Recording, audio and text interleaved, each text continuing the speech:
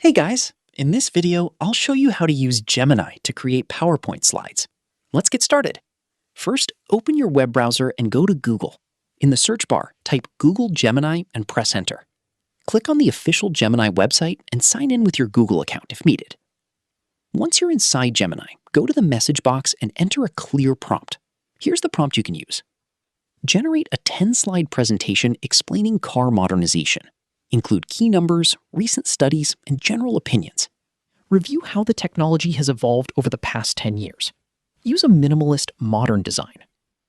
After entering the prompt, select the Canvas option. This feature helps organize your content into a slide-friendly format, making it much easier to structure your presentation. Now click Submit and wait for Gemini to generate your slides. Once it's done, carefully review the output. Check for accuracy, clarity, and smooth logical flow from the introduction to the conclusion.